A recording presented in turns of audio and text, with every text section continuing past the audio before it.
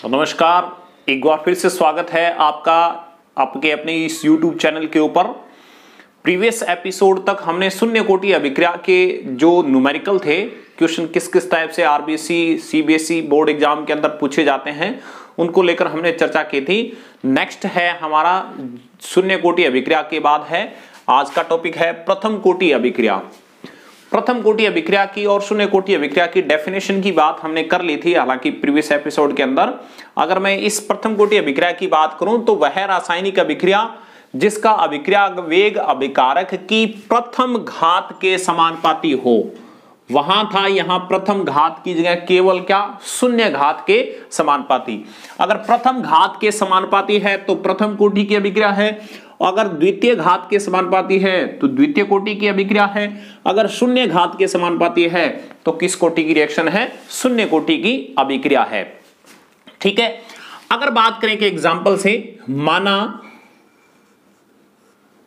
R से P एक प्रथम कोटि अभिक्रिया है, प्रथम कोटि अभिक्रिया है। देखिए प्रीवियस जो शून्य कोटि अभिक्रिया थी उसमें हमने ये पढ़ा था कि शून्य घात के समानुपाती होता है। उसका मीन ये था कि शून्य कोटि जो अभिक्रिया होती है उसका जो रेट होता है वो अभिकारक की प्रारंभिक सांद्रता पर निर्भर नहीं करता, जबकि यहां है वो प्रारंभिक सांद्रता के डायरेक्टली समानुपाती है, तो प्रारंभिक सांद्रता पर निर्भर है वो करेगा। R से P है वो एक क्या माना है हमने, एक प्रथम कोटि अभिक्रिया माना है। अगर ये रिएक्शन है तो इस अभिक्रिया का रेट है वो रस समीकरण मिति के पदों में कुछ इस टाइप से लिखा जाएगा dR/dt। ये किसके बराबर है, ये R के बराबर है, रेट है अभिक्रिया का। पहले समानुपाती वाला फॉर्मेट यूज करते हैं। समानुपाती किसके, अभिकारक की प्रारंभिक सांद्रता के प्रथम घात के समानुपाती। प्रारंभिक सांद्रता ना बोल के सीधा ही बोल सकता हूं, अभिकारक की सांद्रता के प्रथम घात के क्या है, समानुपाती है। प्रथम घात हमने लगा दी, एक लगाए नहीं लगाए कोई फर्क नहीं पड़ता।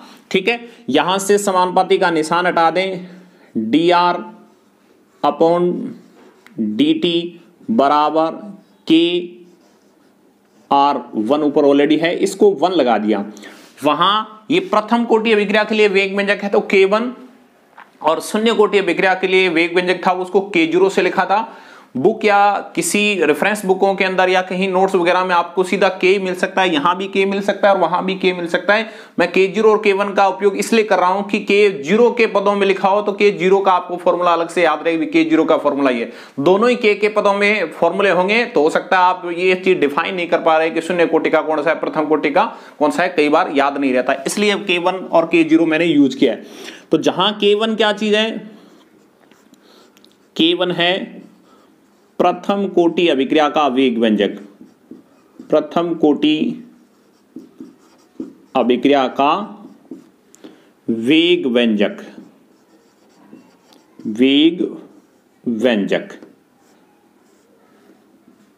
ठीक है, देखें शून्य कोटि अभिक्रिया और प्रथम कोटि अभिक्रिया की जो समाकलन वेग समीकरण प्राप्त करते हैं उनके अंदर स्टेप सब एक जैसे ही चलते हैं, जो हमने प्रीवियस शून्य कोटि अभिक्रिया के अंदर चलाए थे ठीक वैसे। ऐसे ही वहां समानुपाती वाला फॉर्मेट लिया था, यहां से समानुपाती का निशान हटाया, फिर R की पावर वहां 0 थी, R की पावर 0 का मतलब क्या हो गया था, वहां 1 हो गया था उसका मीन, तो वो R है वो इस पद से हट गया था, यहां ये आ गया। इसको समीकरण नंबर हम दे दें 1। अब देखें समीकरण 1 के अंदर dt को उस साइड में ले जाएं और R को इस साइड में लेके आए, और साथ में पूरी समीकरण को किससे गुणा कर रहा हूं, माइनस से। वहां भी मैंने ये क्या था, पक्षांतर किया था, dt को उस साइड में लेके गया था और माइनस से क्या किया था, गुणा किया था। जब देखें dr अपॉन इस R को इस साइड में लेके आएंगे तो ये R हो जाएगा यहां बराबर। जब समीकरण को माइनस से गुणा किया तो ये माइनस माइनस प्लस हो गया और ये प्लस माइनस माइनस, यानी इधर वाला फॉर्मेट है वो माइनस के अंदर चलेगा, minus K1 dt, equation number 2। ठीक है, समीकरण 2 बन गई। हमने लिखा था समीकरण 2 के दोनों तरफ समाकलन करने पर, दोनों तरफ समाकलन करने पर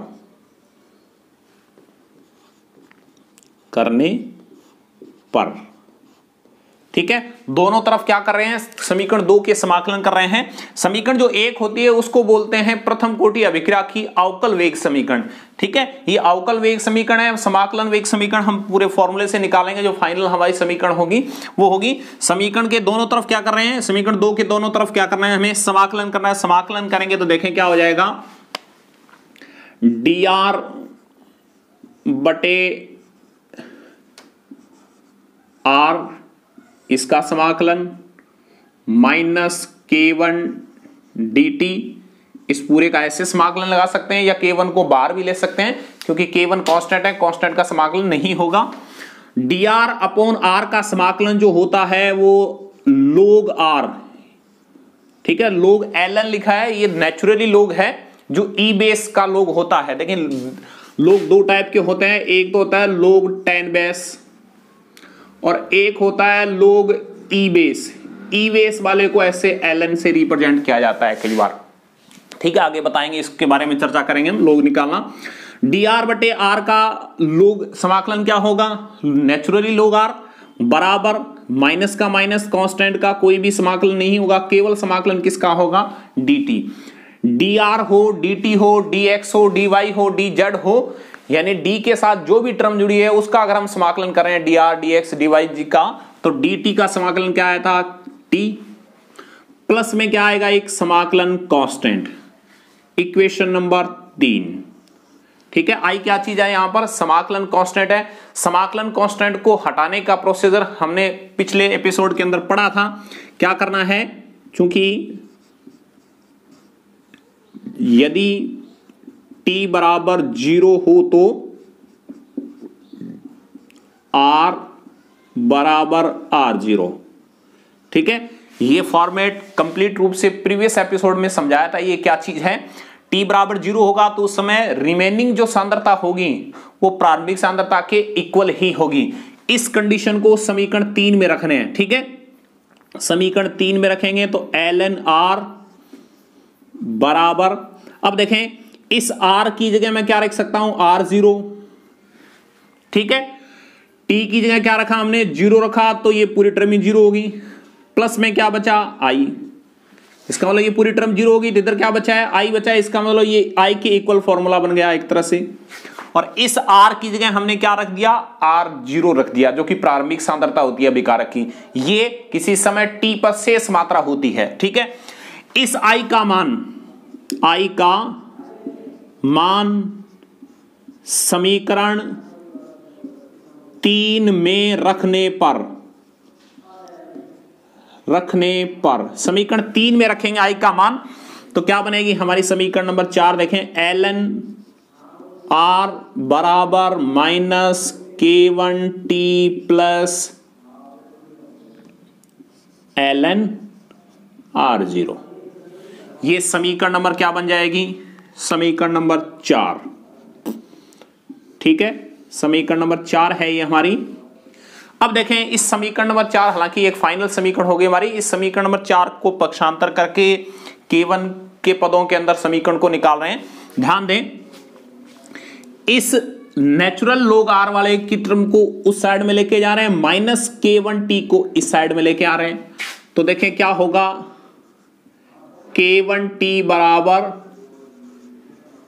ln r0 माइनस में ln r, k1 बराबर हो जाएगा ln r0 माइनस में ln r अपॉन t।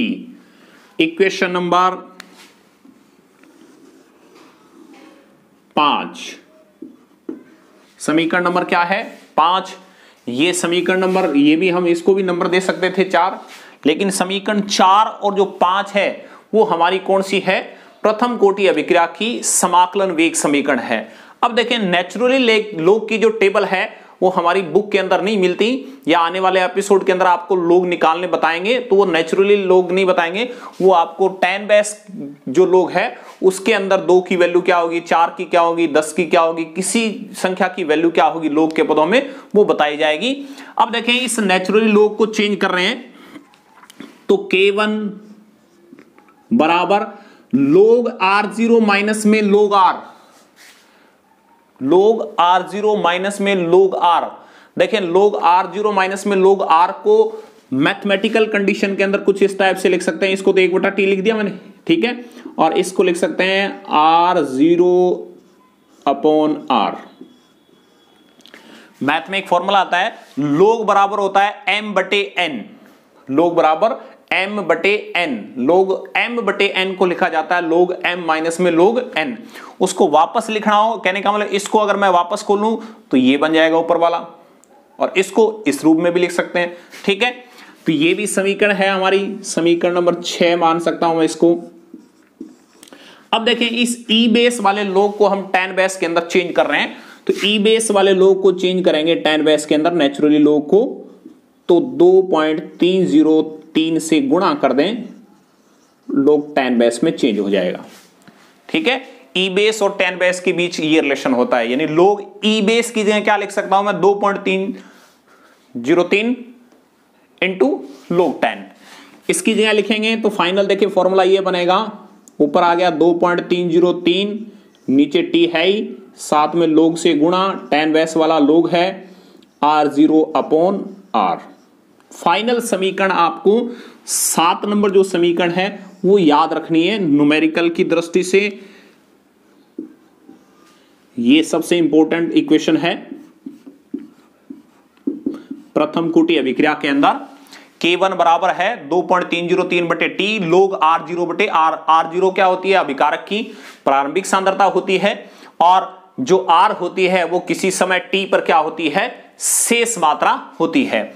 अब देखें ये जो इक्वेशन थी इसको 7, 6, 5 और 4, यानी कह दूं 4, 5, 6, 7 जो होगी वो नीचे लैंग्वेज में लिखेंगे आप कि समीकरण 4, 5, 6, 7 है, वो प्रथम कोटि अभिक्रिया की समाकलन वेग समीकरण है, ठीक है। समाकलन वेग समीकरण कंप्लीट होगी। इसके अंदर देखें 2 समय अंतरालों में निकालें, 2 समय अंतरालों में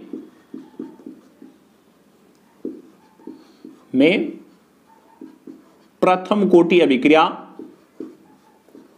का वेग व्यंजक। 2 समय अंतराल का मतलब क्या है, ये फॉर्मूला तो कब काम कर रहा है, जब अभिक्रिया 0 से शुरू हो रही है, क्योंकि अभिकारक की यहां क्या है, प्रारंभिक सांद्रता, यहां किसी 10 मिनट बाद जो शेष बच गई अभिकारक की मात्रा वो है।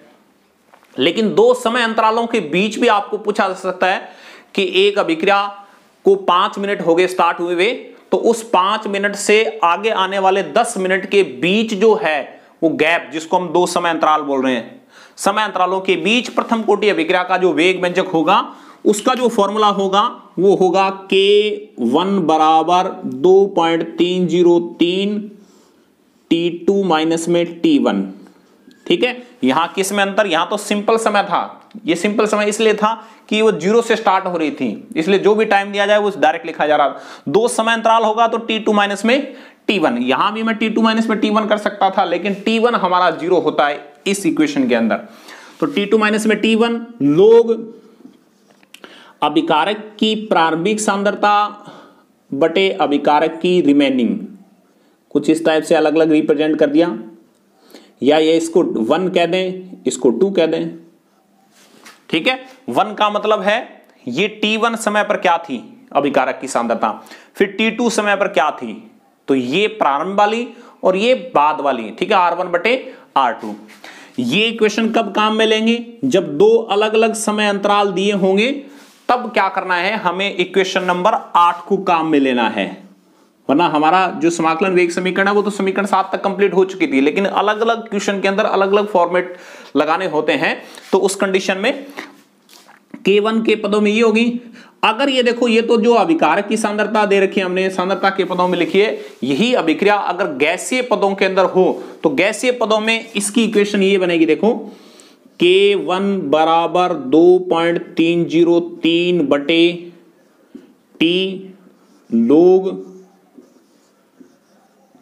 PI बटे P, वही सेम है। PI क्या चीज है, प्रारंभिक दाब क्या था, ठीक है, किसी समय T के बाद दाब क्या है, PA।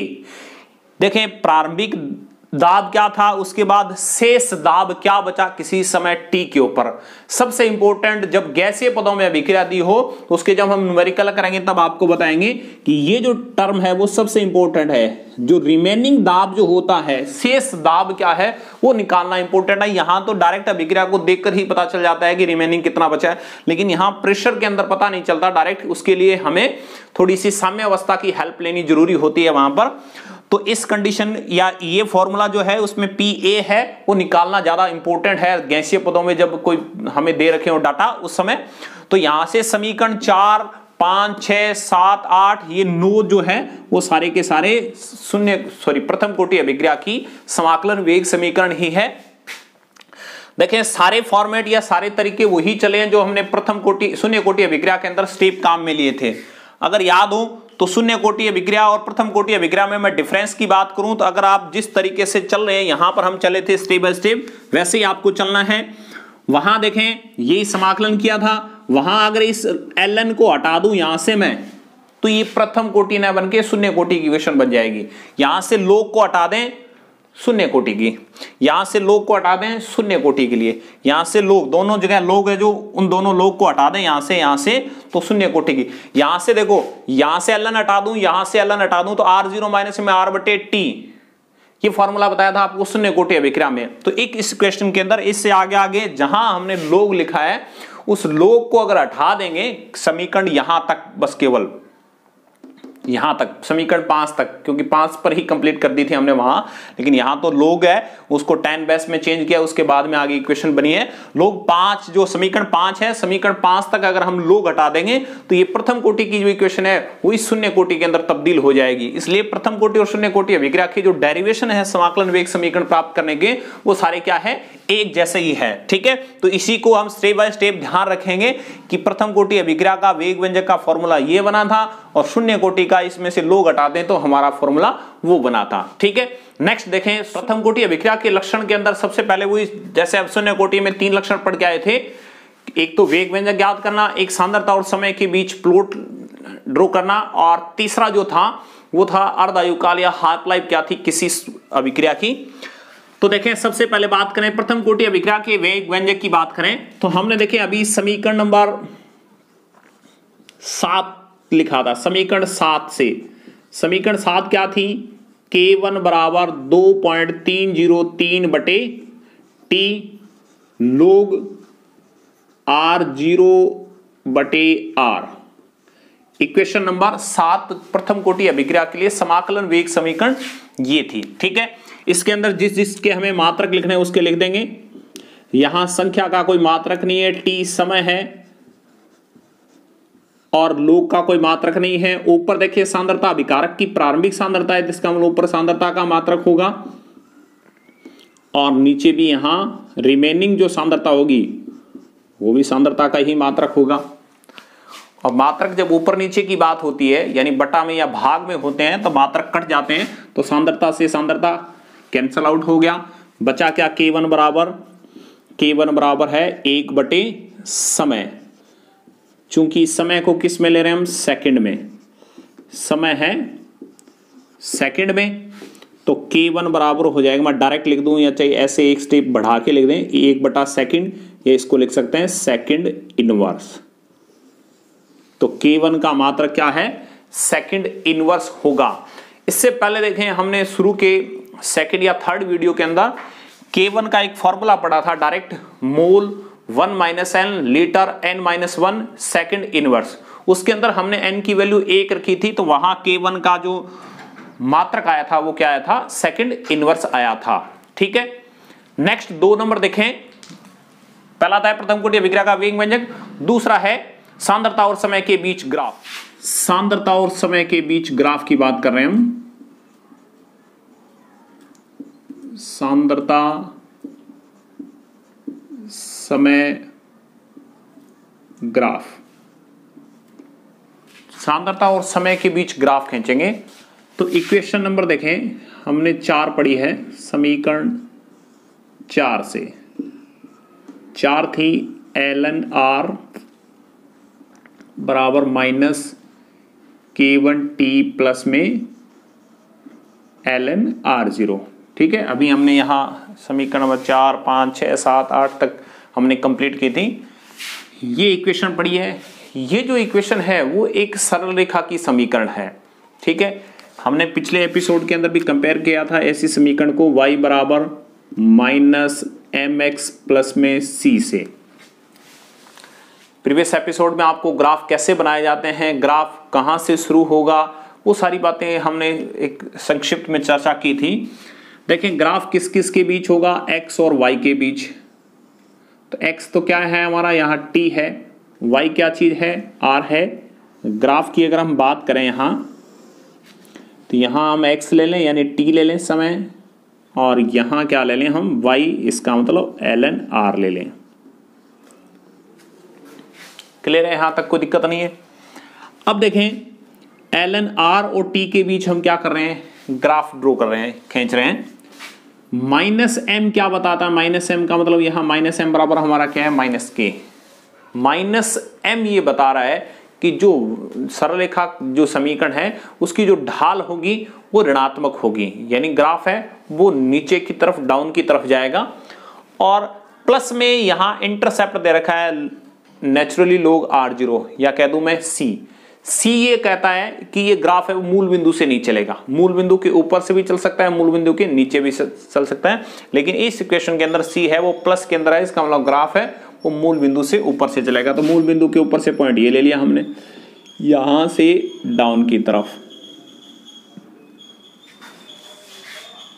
ठीक है, ये जो यहां से यहां तक का पार्ट है, या इसको मैं बोल सकता हूं जहां से ग्राफ स्टार्ट हुआ वो था ln0, यानी यहां इस 0 से लेकर यहां तक का जो लेवल है वो क्या है, अभिकारक की प्रारंभिक सांद्रता का लेवल है, ln r0 है।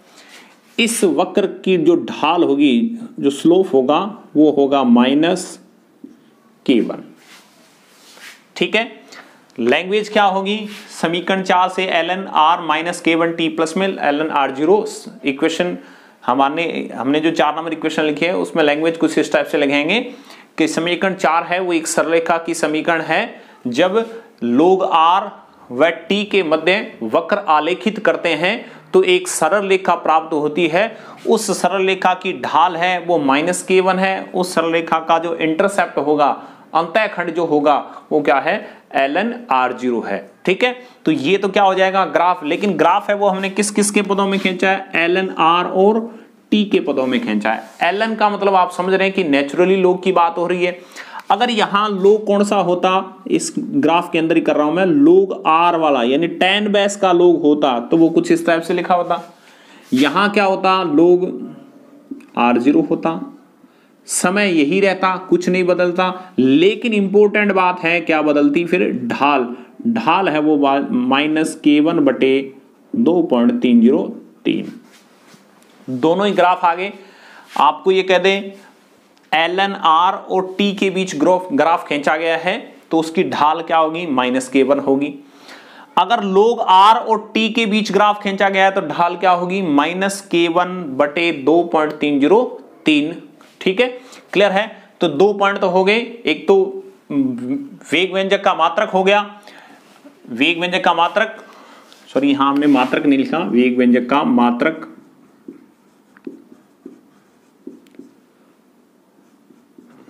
और दूसरा क्या है, सांद्रता और समय के बीच ग्राफ।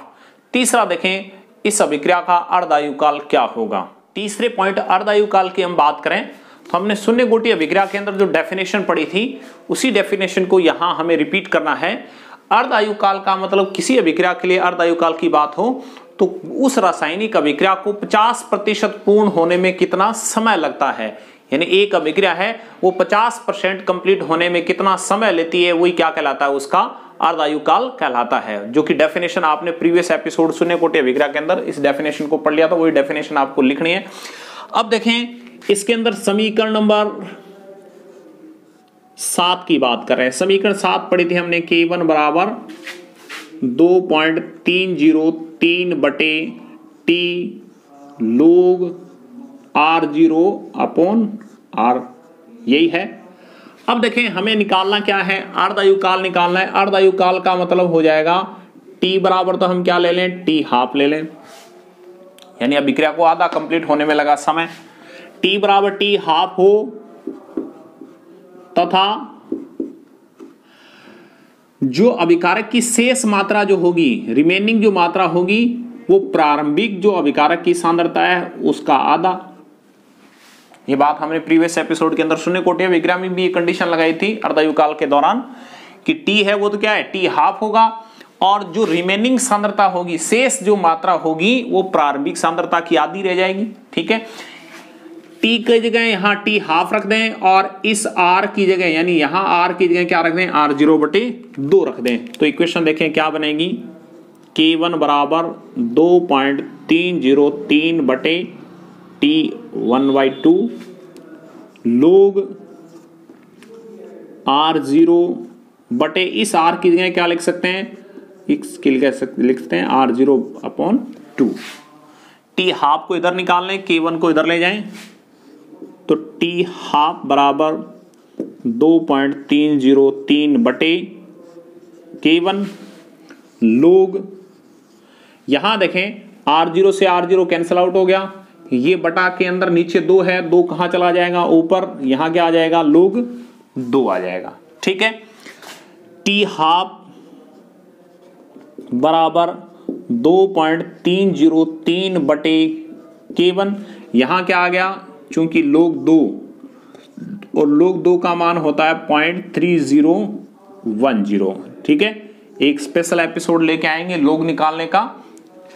तो log 2 का मान कितना होता है 0.3010, वो यहां रख दें 0.3010। जब यहां रखेंगे तो T हाफ का जो फॉर्मूला आएगा वो आ जाएगा T हाफ बराबर 0.693/K1। जब इन दोनों को गुणा करेंगे तो फाइनल फॉर्मूला हमारा ये बनेगा। जो भी समीकरण दे दें, हम इसको 1 नंबर समीकरण दे दें यहां, तो प्रथम कोटि अभिक्रिया के अर्धायुकाल का फॉर्मूला है T हाफ बराबर 0.693/K1। अब देखें, जबकि हमने शून्य कोटि में, मैं यहां लिख देता हूं, शून्य कोटि में कुछ इस टाइप से पढ़ा था R0/2K0। वहां ये फॉर्मूला ये कह रहा था कि जो शून्य कोटि अभिक्रिया का जो अर्धायुकाल है वो अभिकारक की प्रारंभिक सांद्रता के डायरेक्टली क्या था, समानुपाती है।